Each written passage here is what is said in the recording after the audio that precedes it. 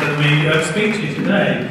Yes, interim. Well, interim's great because it means you can do what you like, because you're only there for a short while, and what's the worst that can happen? You can go a little earlier, I suppose. So, I like the title. My real, I suppose, qualification, real reason I can be here, perhaps, is that I ran a Sector Skills Council for 8 years, a national training organisation, a different industry for 5 years before that, an industry training organisation for 5 or 6 years before that, and another industry. So that's my background. I went for early retirement a year ago. I said to my chairman, I think I'd like early retirement. Please, he said, please give me 12 months so we can find somebody else, and I agreed to that. And I thought at the end of March, that was it really. Here I am again. So nothing changes very much. So my task today really is to do something about the Sector Skills Councils and our role. And if I appear a little rigid, I understand I have to stand very still and keep within a certain distance of the microphone. And as a school teacher by profession, I like to wander around. And you know, the art of it, I know there are one or two teachers here, you'll know the art of it is to walk around the room, but walk around the edges so you can always see everybody at all times. But I have to stand still today, so that's what I'll have to do. But then look at the Sector Skills Councils and move on to some of their work and where the potential is really for working together, because that is the whole point of the exercise. Okay. Well, first of all, let's say that, get the right slide, there we are. There are now some 21 licensed Sector Skills Councils. They're licensed by the UK Commission for Employment and Skills, which in turn works to the Department for Business Innovation and Skills, although they are in fact UK-wide bodies. So they obviously are working not just with BIS, but with other government departments as well, particularly with the Scottish Government, the Welsh Government, and the Northern Ireland Assembly. The Commission hasn't been mentioned at all today, but does see itself as having a very important role to play in terms of promoting skills development. And the UK Commission on Employment and Skills and the Sector Skills Councils are absolutely and fundamentally employer-led.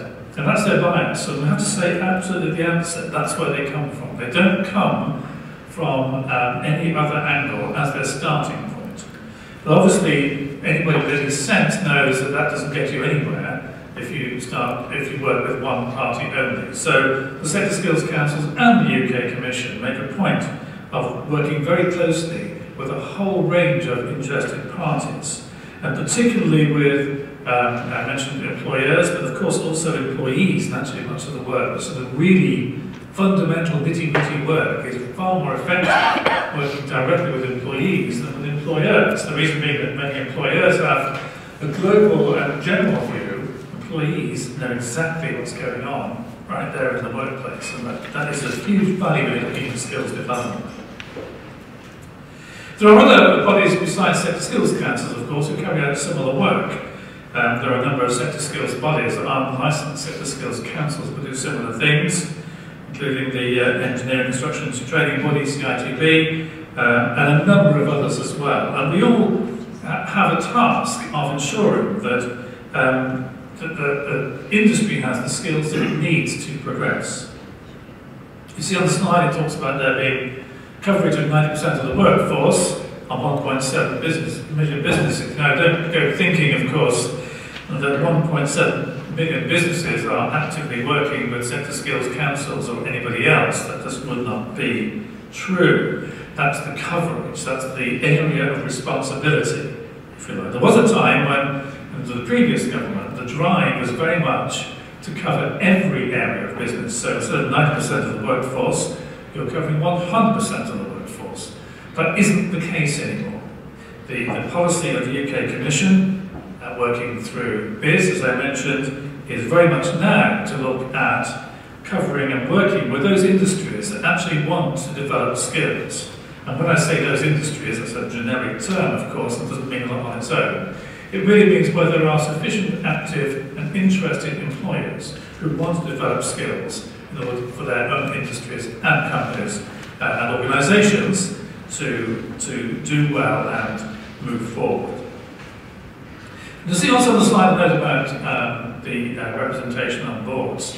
When Sector Skills Councils were first licensed, and that was between 8 and 9 years ago, depending on which one you represent, then the rules of the game were that your board, the main board, had to be employers only. There's no representation from government, hardly ever any representation from training providers, whether private, whether HE, whether FE, and usually 1 or 2 representatives from the TUC. Other than that, the boards were employers and employers only. And that has changed a little as we've got bigger and uglier and had to worry a little less perhaps about the rules of the game. That has changed. But that's why I have to keep emphasising the angle they come from is the angle of employers and what employers need. And you'll see from this slide why that is, because the task is absolutely about business performance. I tend to talk about efficiency, effectiveness, and also about profitability. I can't really say profitability because obviously in the public sector that's not appropriate, but efficiency and effectiveness absolutely is, whether public or private sector. And the role of the Sector Skills Councils is absolutely there about improving that level of performance through skills.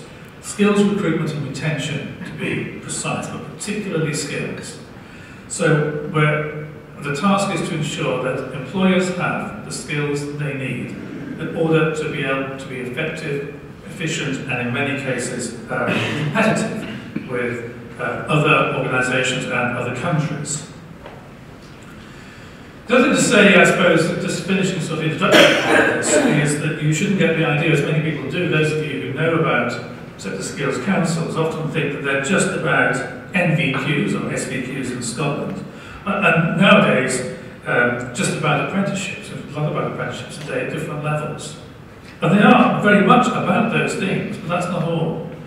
The reality is NVQs and SVQs were, that was where there was support to cover some of the costs of training and development. That's much more now so with apprenticeships. But that's not all that the Sector Skills Councils are concerned with. So they're not ideological bodies, but obviously those with sense are going to go where the opportunities are.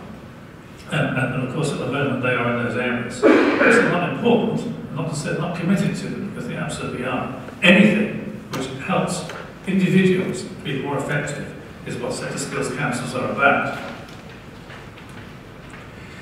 Some of the key roles here. The first one I'll come back to later, which is developing a really good understanding of the skills and needs of each industry sector. And there are around 21, as I said, Sector Skills Councils, so this is quite generic in many ways. You know yourselves, all of you, that we break this programme up into 21 sections, 21 Sector Skills Councils. But then within each one of those there are several industries, if we use the language correctly. So the one I ran, Asset Skills, for instance, covered outsourcing, which included perhaps facilities management, but it also included separately cleaning and parking.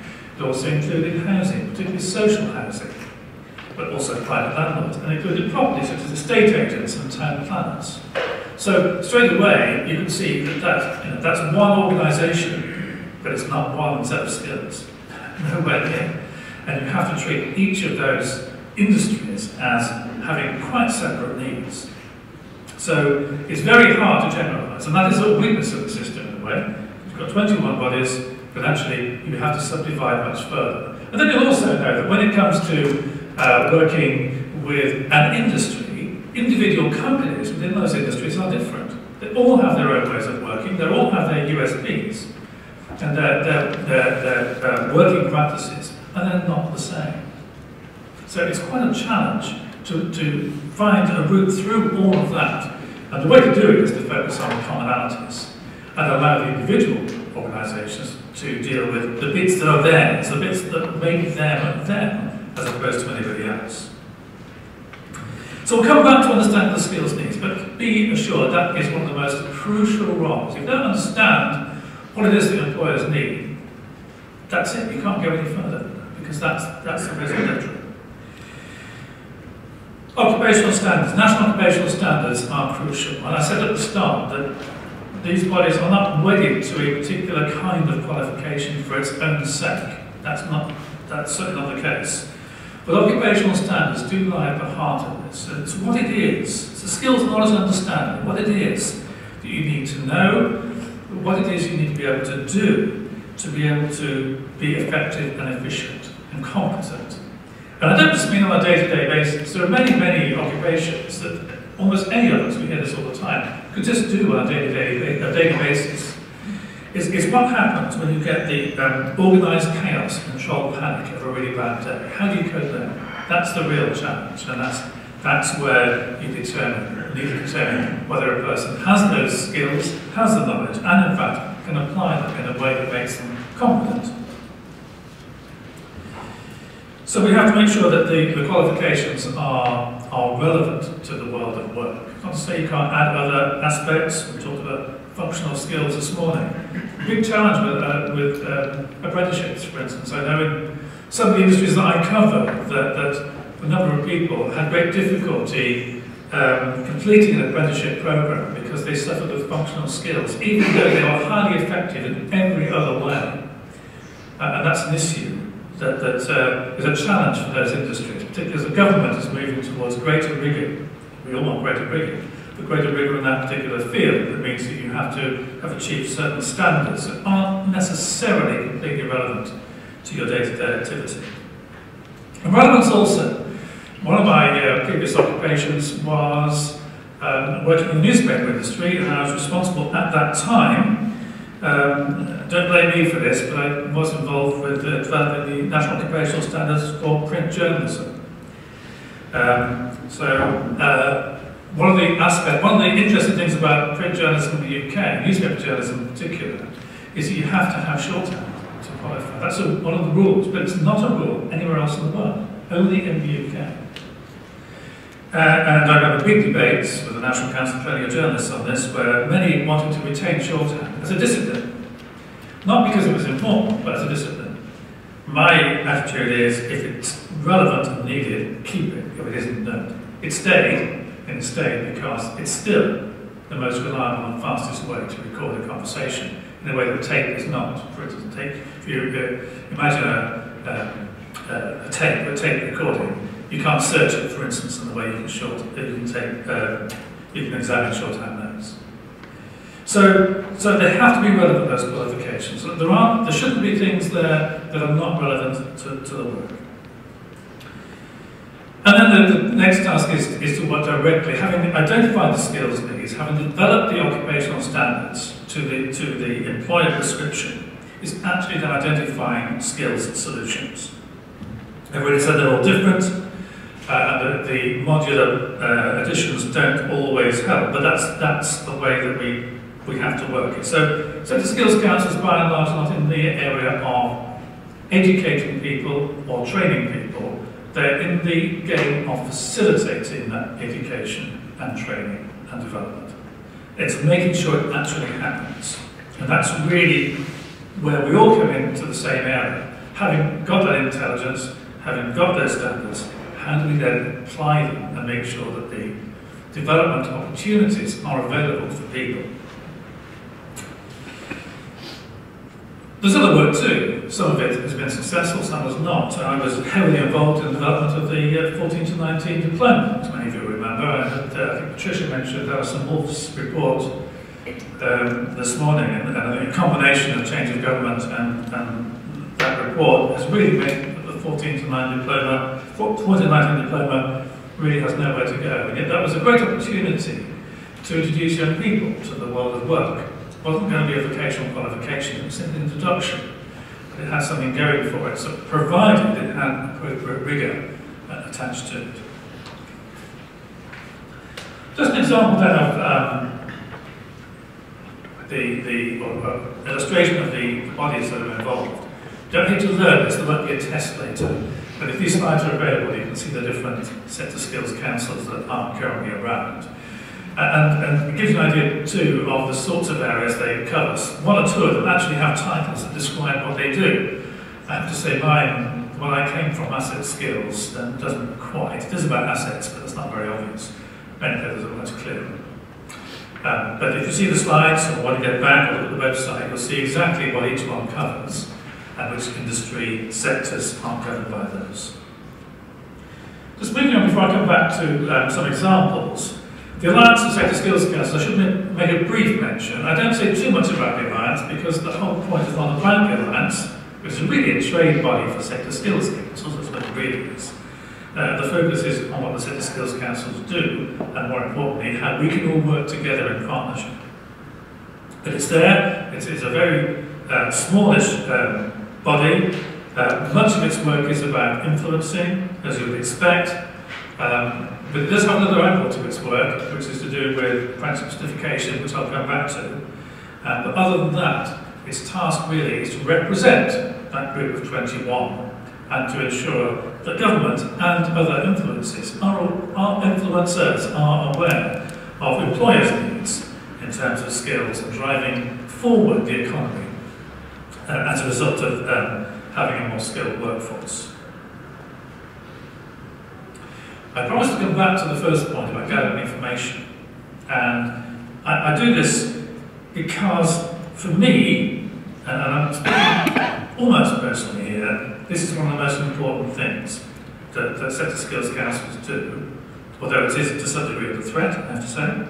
But also it's something that we can be sharing, and it's something that many of you here today, I think, if you're not aware of this work, but appreciate seeing some of the results of this activity. And basically, until this year, and perhaps going forward, there will be the annual sector skills assessments. So each sector skills council, up until last year, and last year there were sort of consortia doing the same work, but it was the same thing in effect. We're producing detailed assessments of skills needs for each of the industries that are covered by sector skills councils. And that's by agreement with Westminster and by the governments in Edinburgh, in Cardiff and in Belfast. And they're really important because they have quite a detailed analysis of skills demand and skills needs, and also future skills needs. I've seen many forecasting organisations, I hope there's none here, because certainly in my time in newspapers there were loads of forecasting organisations, and of course they were wonderful, because if you ever look back on their forecasts, they were almost always wrong, but nobody ever looks back on them. So, but it is important to try and get a picture of what needs are for the future as well as today. In the future, these reports are going to be subject to open tender, so there'll be other bodies bidding to undertake them, but they will be taking place perhaps every other year rather than every year. But if you haven't seen these reports, I would urge you to look on the Sector Skills Council websites or come back to the Alliance one, which you'll see at the end of this presentation. I'm going on, if you have a copy of the slides, you'll see it there. And work your way through and have a look at some of those assessments, because I think you'll find them interesting, and maybe in the future you want to work with us on developing them too.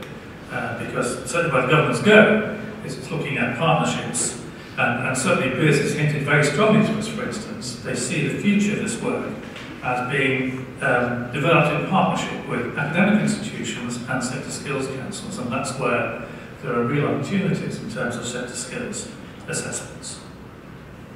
But this is the detailed analysis, this is what started all the work that takes us to where we need to be to ensure that people have the qualifications and the skills and the knowledge that they need to be effective, and of course that then will help to build up their own careers. Just a couple of examples, nothing in detail here, because for me the key has always been partnership. No single body, and sector skills councils are relatively small, and the average workforce size is probably around 35, there are some as low as 20. One or two have a couple of hundred staff, if not more, but the majority around 30-35, and they can't therefore work or they don't develop partnerships with too large a cohort. But Cogen as an example, that's the Sector Skills Council covering science, industries and nuclear. And just an example there in terms of foundation degree work. That the number of partnerships with universities, for instance, that they've developed on a very good basis, I think, for both sides. over the last few years. And this is one example, it's a typical example, there are others as well. But it shows how those partnerships do exist.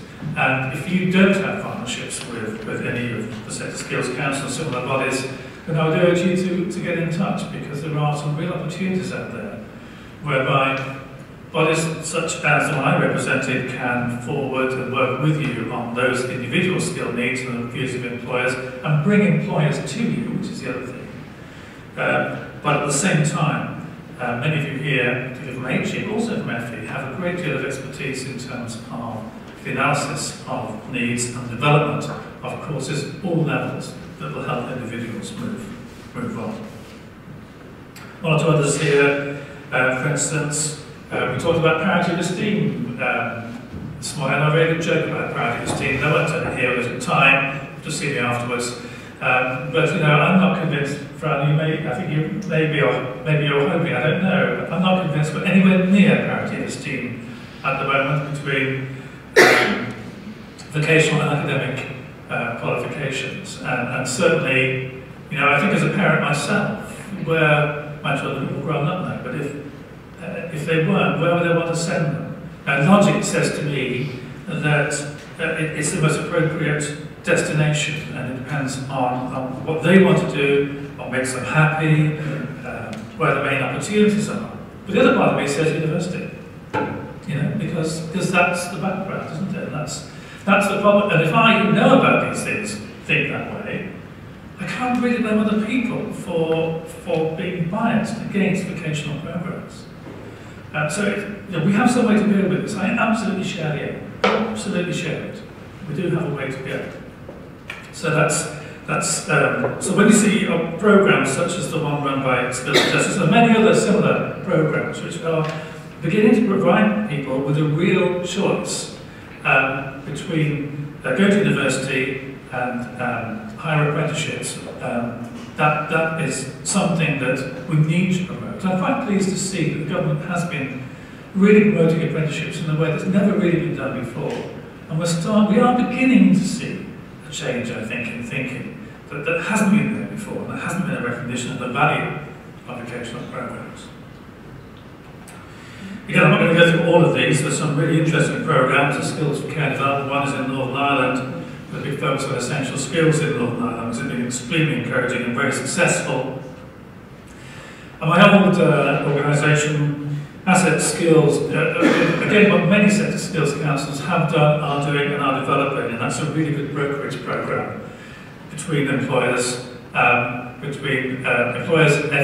HE, and private training providers. And the task there is really just finding solutions and bringing everyone together. Looking at economies of scale.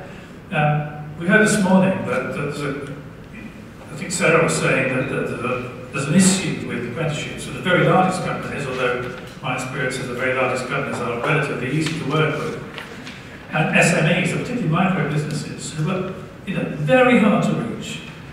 It's not value in terms of cost, but it's really important nonetheless.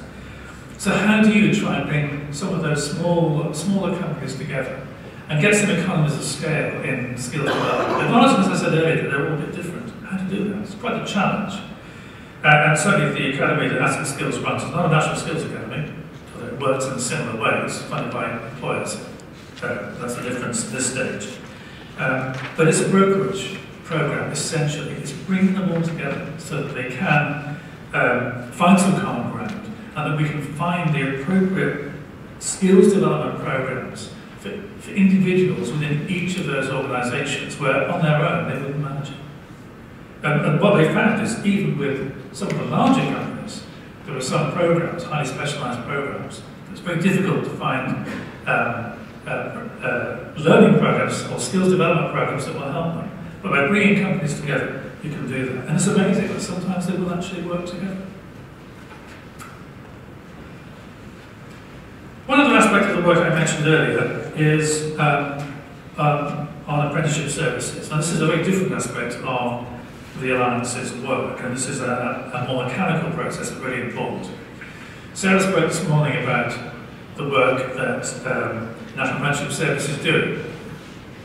And one thing that the Alliance is doing is acting as the certificating body for apprenticeships in England, actually with modern apprenticeships in Scotland, and with apprenticeship frameworks, which I'll come back to, slightly different. All comes from the Apprenticeship Skills Children's Learning Act, you probably know that one, which required there to be a single certifying authority to issue apprenticeship certificates, because at the moment, or until then, there were a huge range of organisations issuing a varied quality. And I remember years ago when I was actually doing them working on them in the print sector, for lots of jobs, and I'm really old. And I used to do lots of spot checks, but it was an individual role with relatively small numbers. And standards varied, and when I moved to another organisation, there were no spot checks at all, no one ever checked. So anyone could put through an application for an apprenticeship certificate that would have been signed off, and clearly that wasn't right. So now we have a single body. It works through the Sector Skills Councils, but what it means is that clear standards can be applied. There are clear checks on quality, so the latest ruling from government, for instance, on the minimum of 12 months, we can check, we have spot checks, we have quality control people who are able to work with the apprenticeship organisations to make sure that every apprenticeship that we can monitor is valid, that there are common systems across all of them.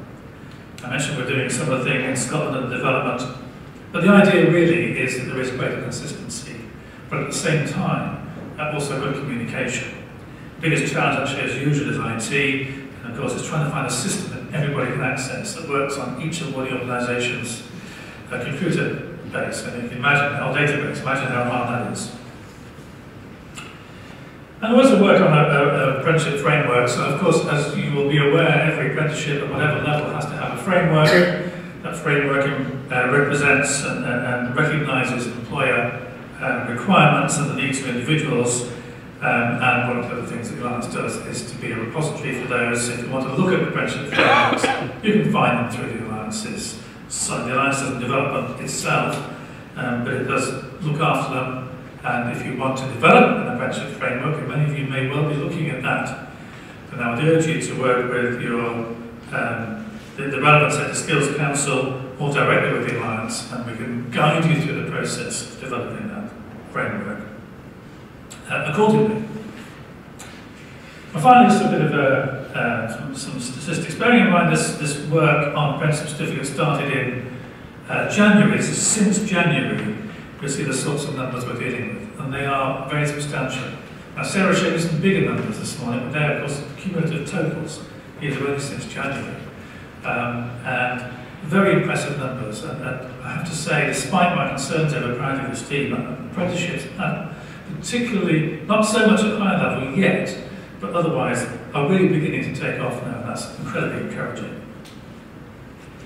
That brings us to the end of what I have to say, really. I've not mentioned foundation degrees. I've hardly mentioned higher apprenticeships. There's a whole range of partnerships we can talk about. And all I can say to you in concluding is that, I think the future remains as an employer-led approach. That's the currency of today. That's government said that, the previous government said that. But the key to this is how all the partners, not just one set of partners, work together. So I started off saying we're run by employers. I end up by saying we need to be working, all of us, on the equal level together. Thank you.